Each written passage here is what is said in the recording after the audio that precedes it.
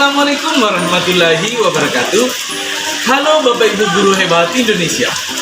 Kembali lagi dengan saya Muhammad Ridwan, calon guru penggerak angkatan ke-6 dari SD Negeri Impres 163 Pontopano, Kecamatan Sandrobone, Kabupaten Takalar. Nah, di video kali ini saya akan melakukan kegiatan wawancara dengan mewawancarai 2 orang kepala sekolah, di mana kegiatan wawancara ini merupakan tugas dari modul 3.1 pengambilan keputusan berbasis nilai-nilai kebajikan sebagai seorang pemimpin. Lalu, seperti apa kegiatan wawancara yang akan saya lakukan? Mari kita simak video berikut ini.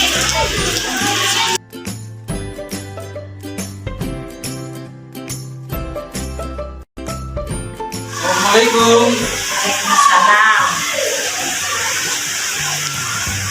Selamat pagi, Bu.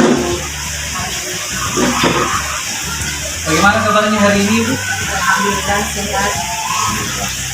Jadi sebelumnya saya mengucapkan banyak terima kasih kepada Ibu yang sudah meluangkan waktu untuk saya, memberikan kesempatan kepada saya untuk melakukan kegiatan ini, melakukan kegiatan wawancara, di mana kegiatan wawancara yang kami lakukan hari ini itu merupakan tugas dari pendidikan guru penggerak di modul 3.1 pengambilan keputusan berbasis nilai-nilai kebajikan sebagai seorang pemimpin.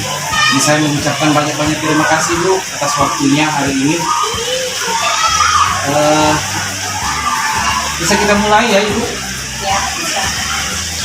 Baik, sebelumnya mungkin perlu saya jelaskan bahwasanya wawancara yang akan kita lakukan pada hari ini terkait tentang pengambilan keputusan berbasis nilai-nilai kebajikan sebagai seorang pemimpin. Mana perlu saya jelaskan di sini, Bu, bahwasanya dalam pengambilan keputusan itu tentu kita sering dihadapkan dua keputusan. Di mana keputusan pertama itu ada yang namanya dilema etika, kemudian ada yang namanya rujukan moral. Di mana dilema etika itu terjadi ketika pilihannya benar dengan benar, sementara rujukan moral itu ketika pilihannya itu antara benar dengan salah. Baik, Ibu, jadi ada beberapa hal yang ingin saya tanyakan kepada Ibu terkait praktik pengambilan keputusan yang Ibu telah laksanakan selama menjadi pemimpin di sebuah instansi. Nah, sebelumnya Ibu, kalau boleh tahu, Ibu menjabat sebagai seorang kepala sekolah sudah Lebih dari 10 tahun ya. Itu pertama ya, berarti Ibu ini saya kira sudah berpengalaman dalam pengambilan sebuah keputusan. Nah, Ibu, saya ingin tahu, Ibu, selama ini bagaimana Ibu dapat mengidentifikasi kasus-kasus yang merupakan dilema etika atau rujukan moral. Bagaimana cara Ibu mengidentifikasi sebuah permasalahan atau kasus-kasus terkait dilema etika atau rujukan moral Ibu? langkah pertama yang saya ambil adalah mengetahui kasusnya seperti apa. Ya.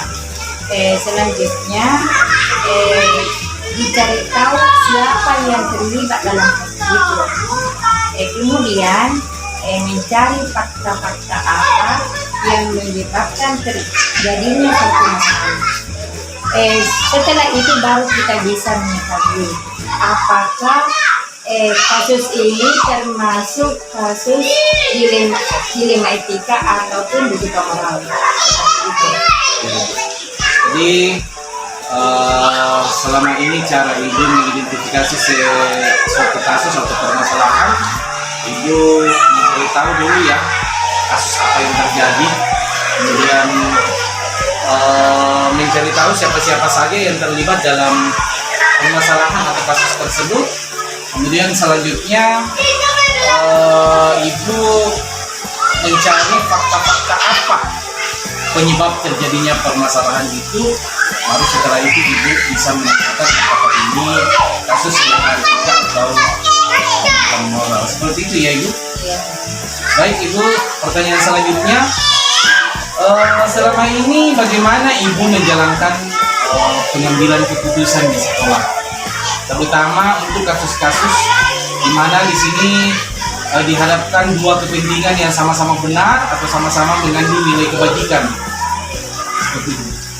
Bila mana terjadi kasus di sekolah, baik itu dari peserta didik maupun dari teman-teman guru, langkah yang pertama saya ambil itu selalu mengutamakan namanya musyawarah.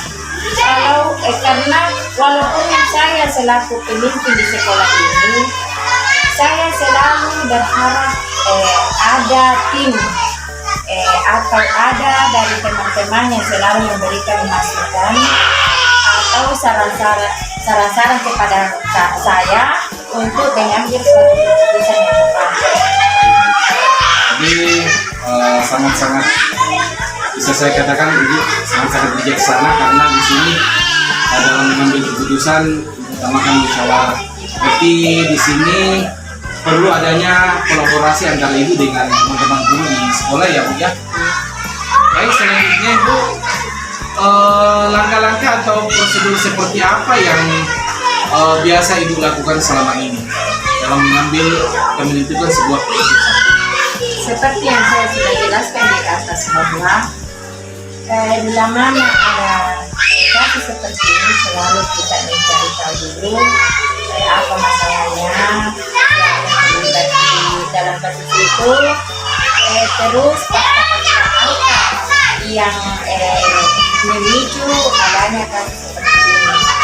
Banyak kita bisa menentukan satu paradigma untuk mengambil suatu.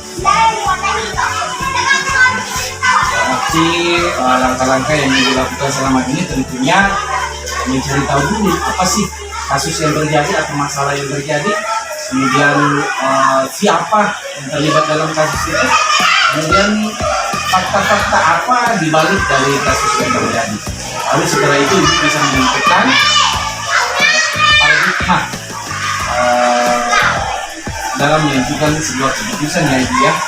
Ya baik ibu, selanjutnya hal-hal apa saja yang selama ini ibu anggap efektif dalam pengambilan keputusan pada kasus-kasus di rumah kita. Jadi seperti yang kita ketahui bahwasanya dalam pengambilan keputusan itu kan ada, kita kenal yang namanya 4 paradigma ya ibu ya. Jadi paradigma yang pertama itu individu lawan kelompok, kemudian ada keadilan lawan rasa kasihan, kemudian yang ketiga kebenaran lawan kesetiaan, kemudian yang keempat jangka pendek lawan jangka panjang. Selain itu ada juga kita kenal dengan prinsip dalam mengambil keputusan. Yang pertama ada berpikir berbasis hasil akhir, berpikir berbasis peraturan, dan yang ketiga berpikir berbasis kepedulian. Nah, dari paradigma dan prinsip-prinsip tersebut, kira-kira selama ini ibu dalam mengambil keputusan itu sering menggunakan yang prinsip yang mana ibu, atau lebih efektif menggunakan prinsip yang mana? Dalam hal ini karena seperti yang kita ketahui bahwa dalam mengambil keputusan ada 3 hal. Pertama, berpikir berbasis hasil akhir. Kedua, berpikir berbasis peraturan. Terus berpikir berbasis peduli. Di mana ini kita harus mengetahui masalah-masalah yang bisa masuk di dalam hidup kita. Kalau misalnya kita mengalami masalah di mana melibatkan orang banyak, tentunya kita menggunakan berpikir berbasis hasil akhir. Dan kalau misalnya kasus itu terjadi di sekolah, Maka yang dilakukan adalah berpikir berbasis peraturan, karena itu di sekolah kita ada aturan. Terus kalau misalnya kasus itu butuh namanya kepedulian, maka yang diambil adalah berpikir berbasis peduli.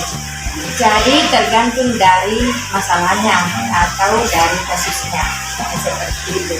Disinilah kita bisa menentukan apakah itu kasus dilema etika ataukah kasus bukan moral, seperti itu. Baik, jadi kita sudah paham dari langkah-langkah efektif hal-hal yang selama ini dilakukan sebelum menentukan sebuah keputusan untuk melihat kasus itu seperti apa, ya kasusnya itu lebih kemana ketika sehingga ibu bisa menentukan apakah ini langkah yang kita lakukan ini prinsip berpikir berbasis hasil akhir, berpikir berbasis peraturan, dan berpikir berbasis rasa peduli. Baik ibu, selanjutnya tentu dalam menentukan suatu keputusan tentu ada banyak tantangan mungkin yang bisa menjadi penghambat ibu dalam memutuskan suatu keputusan atau menyelesaikan sebuah permasalahan atau kasus. Nah, kira-kira selama ini ibu tantangan-tantangan yang seperti apa yang ibu temukan selama ini selama menjadi pemimpin di suatu sekolah?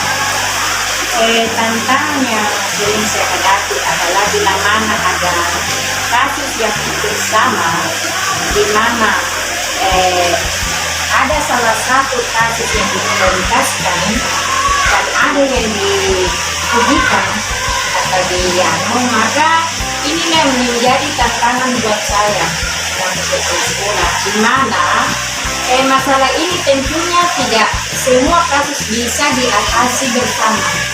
Selalu pastinya ada yang dirugikan dan ada yang diuntungkan. Inilah yang menjadi dilema saya dalam mengambil keputusan, karena merasa tidak nyaman di satu kasus yang satu dengan kasus yang lain. Baik ibu, jadi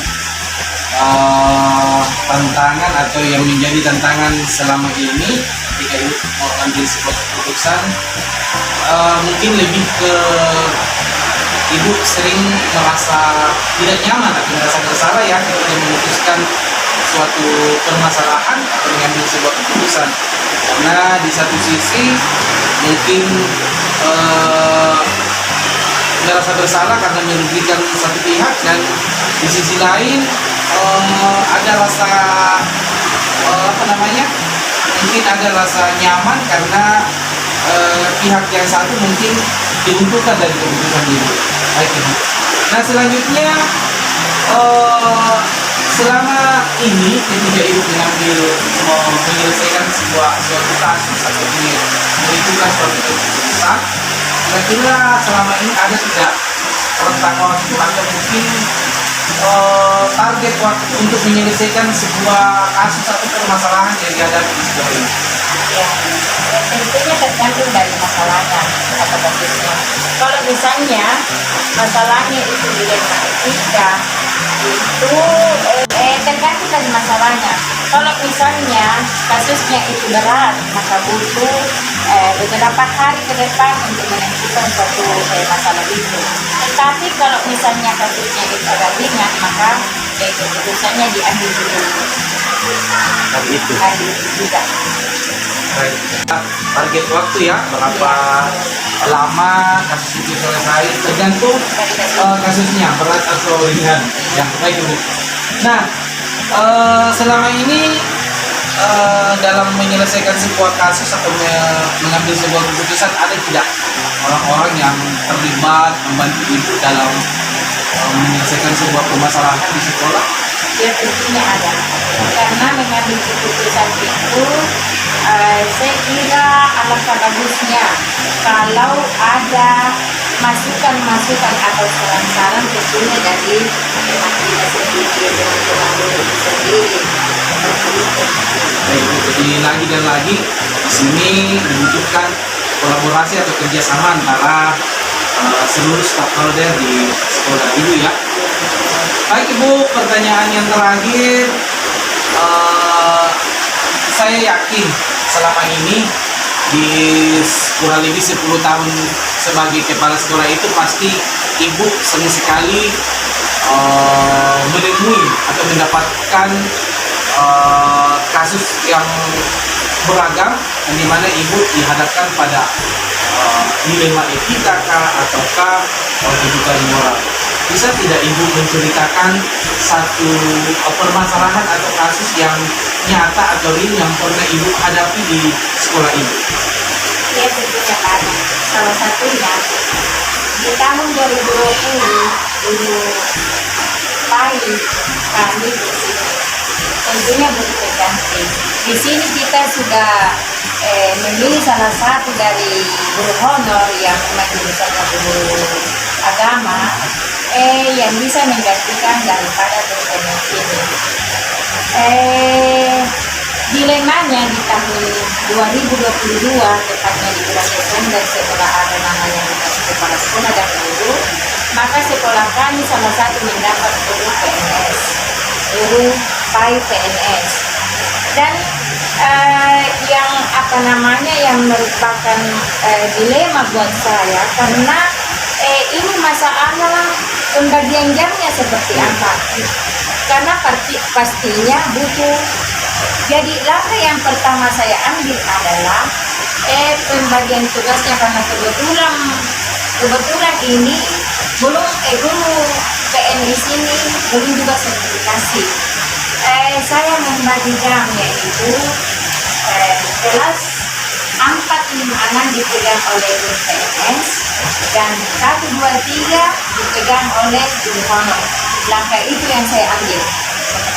Baik, jadi sangat-sangat dilema sekali ya Ibu dalam kasus ini, di mana dua orang guru bidang studi PAI yang sama-sama membutuhkan jam. Nah, kalau menurut Ibu dari kasus ini, kira-kira ini masuk di paradigma apa Ibu? Apakah individu lawan kelompok, keadilan lawan kasihan, kebenaran lawan kesetiaan, atau jangka pendek lawan jangka panjang? Dalam hal ini adalah keadilan melawan kasihan. Di mana adilnya adalah dua-duanya sudah memiliki jam. Dua-duanya sudah memiliki jam karena masing-masing ada jamnya di 4 halan untuk guru PNS-nya dan 1, 2, 3 guru honornya. Rasa kasihannya di sini adalah saya merasa kasihan kepada guru honor yang mana ini sudah lama sekali mengabdi di sekolah ini dan sudah masuk di data calon PTB yang seperti itu. Lantas tiba-tiba ada guru PNS yang datang. Inilah yang merupakan dilema sekali atau merasa kasihan sekali terhadap guru honor ini. Dan rasa keadilannya saya sudah melakukan seadil-adilnya. Cuma rasa kasihan ini jalan apa yang ditempuh sehingga guru honor ini bisa juga juga bisa mendapatkan hak untuk menjadi calon penerima sertifikasi. Baik, saya sangat paham posisi Ibu saat ini ya. Jadi paradigma keadilan lawan kasihan. Jadi Ibu sudah adil kepada keduanya karena sudah membagi jamnya Ibu ya. Nah, tapi di sisi lain juga Ibu merasa kasihan kepada guru honorernya karena beliau sudah masuk di calon peserta PPG ya Ibu ya. Cuma di sini kendalanya mungkin kembali jumlah jamnya tidak cukup karena hanya mengajar 3 kelas. Nah, selanjutnya Ibu, menurut Ibu terkait prinsip dalam pengambilan keputusan itu kira-kira di kasus ini prinsip yang mana yang tepat pada kasus ini? saya prinsip ini Anda berpikir berbasis hasil akhir, berpikir berbasis peraturan, dan berpikir berbasis rasa peduli. saya berpikir berbasis peduli seperti ini. Jadi tentu saja sebagai kepala sekolah yang mungkin bisa dikatakan bijaksana, tentu ibu pasti peduli kepada guru-guru yang ada di sekolah ibu ya. Dan bukti di sini ibu sangat-sangat memikirkan bagaimana caranya agar guru-guru ibu bisa mendapatkan jamnya masing-masing. Baik ibu ya. Baik ibu, terima kasih banyak atas kesediaannya untuk saya wawancarai. Wawancara kita di sini sangat-sangat menarik ya ibu. Jadi mudah-mudahan dari wawancara ini saya bisa mendapatkan pelajaran. Paling tidak saya bisa mendapatkan bayangan nanti ke depannya jikalau nanti saya ada di posisi ibu bisa menjadi pemimpin atau kepala sekolah. Mungkin saya sudah ada sedikit gambaran bagaimana sih menjadi pemimpin dalam instansi atau suatu sekolah. Baik ibu, terima kasih atas waktunya. Mudah-mudahan kita bisa bertemu di lain waktu. Terima kasih ibu.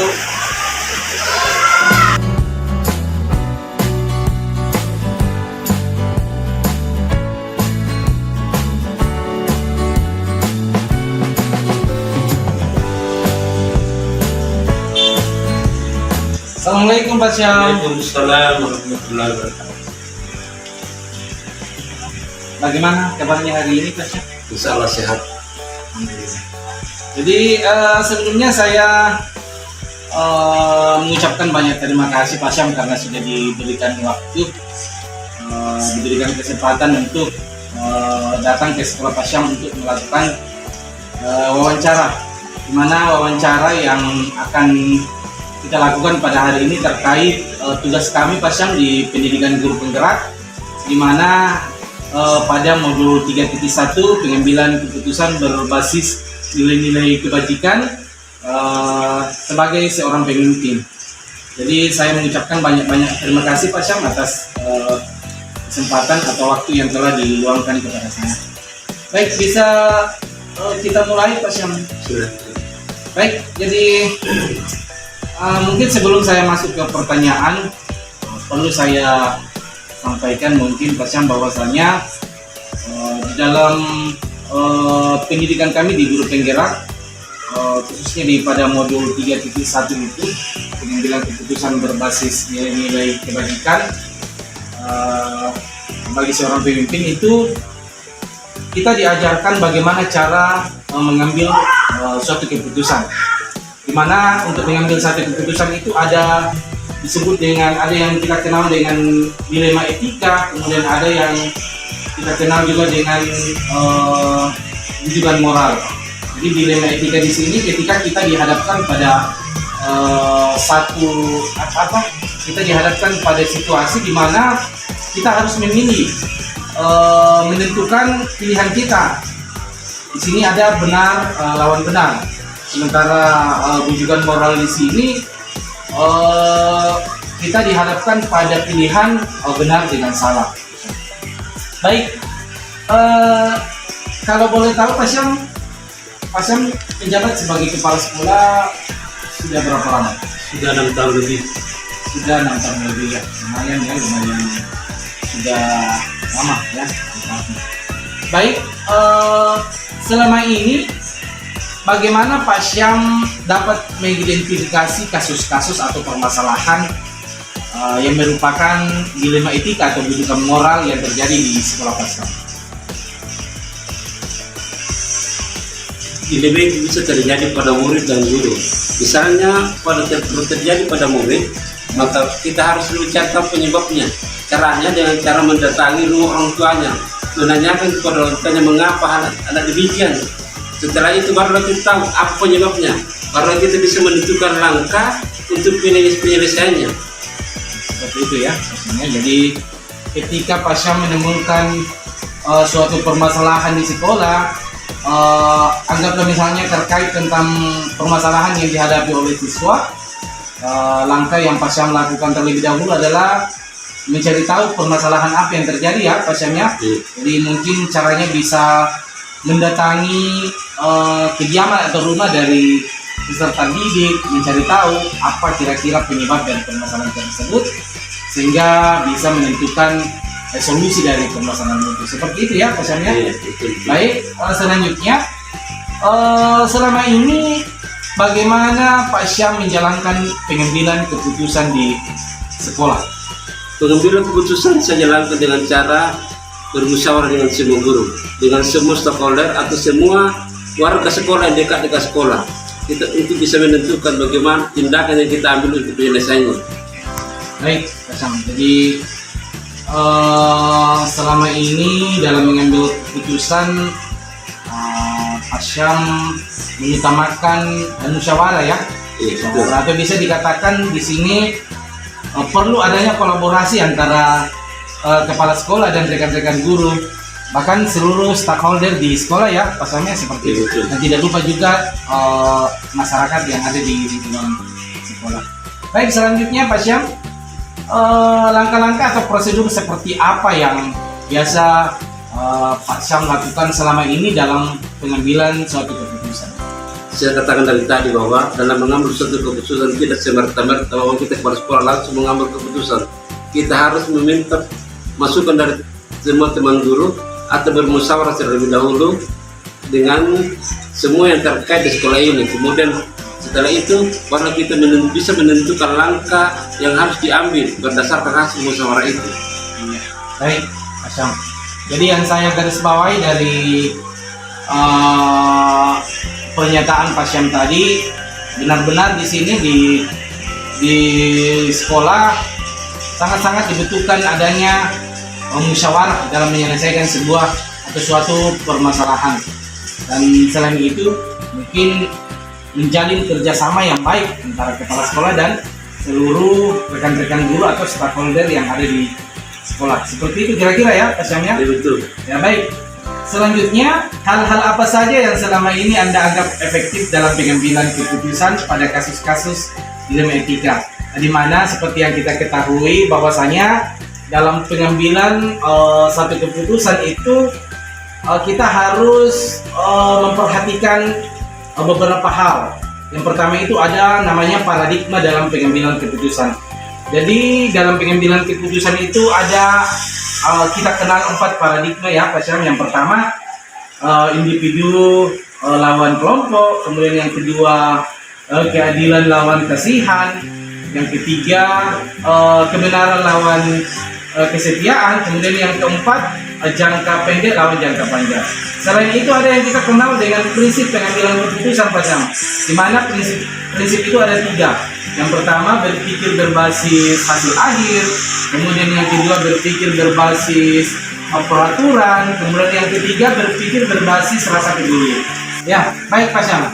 Jadi dari paradigma maupun prinsip pengambilan keputusan tersebut, selama ini Pak Syam menentukan satu keputusan itu berdasarkan paradigma yang mana Pak Syam? Keadilan dan rasa kasihan. Keadilan lawan kasihan. Nah, kalau dari prinsip pengambilan keputusan itu berdasarkan Nilai akhir. Berpikir berbasis nilai akhir ya. Ya, baik Pak Syam, pertanyaan selanjutnya. Jadi dalam mengambil satu keputusan pasti kita seringkali dihadapkan pada satu tantangan ya. Selama ini dalam mengambil satu keputusan Pak Syam, apa saja yang menjadi tantangan dalam menentukan satu keputusan tersebut? Tantangan yang dalam mengambil keputusan Ya, itu kasihan dan rasa keadilan. Misalnya, contohnya ada guru yang malas dan ada guru yang rajin. Yang satu masukkan berkas, dua-duanya memasukkan berkas. Rasa kasihan itu kalau yang malas itu masukkan berkas, tapi rasa keadilannya sama-sama masukkan berkas.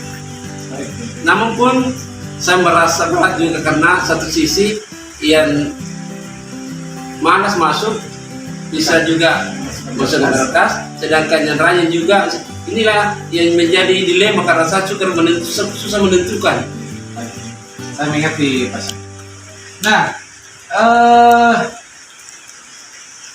ketika mengambil satu keputusan atau menyelesaikan suatu persoalan atau kasus, ada tidak target waktu untuk menyelesaikan suatu permasalahan? Misalnya saja permasalahan ini harus selesai dalam 1 hari, permasalahan ini mungkin butuh waktu 2 hari. Apakah ada target seperti itu? Tidak ada target, tapi Tidak ada. saya usahakan selesai dengan cepat supaya tidak terlalu larut jadi masalah. Oh iya, baik. Jadi intinya di sini menyelesaikan secepat Mungkin mungkin supaya ya. tidak berlarut-larut itu masalah. Iya, baik Pak Syam.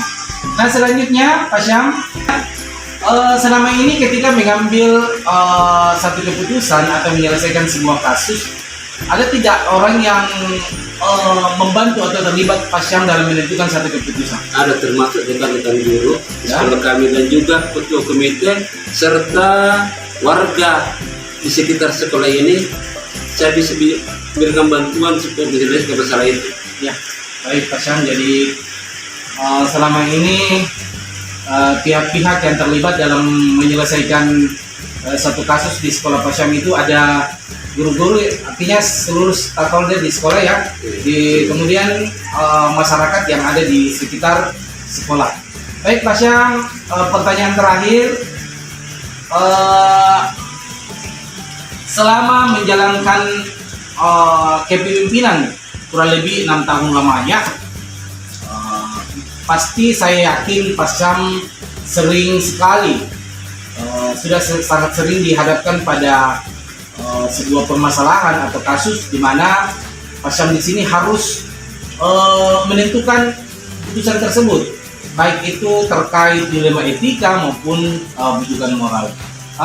Bisa tidak Pak Syam menceritakan satu permasalahan atau kasus yang pernah terjadi di sekolah Pak Syam, yang real, yang nyata, yang pernah terjadi? Jadi kasus yang pernah terjadi seperti saya katakan tadi itu ada guru saya yang agak malas, Ya. guru honor, dan ada yang rajin. Itu yang jadi persoalan pada saat mengurus berkas, karena yang malas juga mengurus berkas, sedangkan yang rajin. Tapi yang jadi permasalahan kalau saya terima itu yang malas, bagaimana yang rajin? Kok kenapa bisa yang malas dimasukkan, sedangkan kita yang rajin juga dimasukkan? Jadi, tapi itu rasa kasihan harus diberikan juga kepada itu guru, kemudian kasih keadilannya tadi. Mudah-mudahan semua bisa masukkan berkas. Baik, Pak Syam. Jadi di sini dari kasus itu kalau kita kaitkan dengan paradigma, dia berada di paradigma apa? Keadilan dan rasa kasihan. Keadilan lawan kasihan. Keadilannya karena Semua masukkan berkas, Ya. kasihan yang malas juga bisa masukkan berkas. ya, baik Pak Syam. Ya, kalau kita kaitkan dengan prinsip pengambilan keputusan Pak Syam, dia berada di Di nilai akhir. berpikir berbasis Nilai nilai akhir. akhir. Ya, baik Pak Syam. Ya, saya mengucapkan banyak terima kasih Pak Syam atas waktu yang telah Sama-sama. diluangkan kepada saya untuk melakukan wawancara. Mudah-mudahan dari wawancara yang kita lakukan pada hari ini sedikit bisa menjadi gambaran untuk saya ke depannya. Siapa tahu nanti saya juga bisa menjadi pemimpin di salah satu sekolah, bisa menjadi kepala sekolah.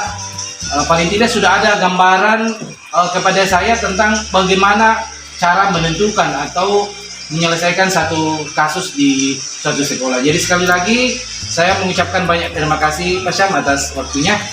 Sama-sama. Mudah-mudahan kita dipertemukan kembali di lain waktu. Terima kasih Pak Syam.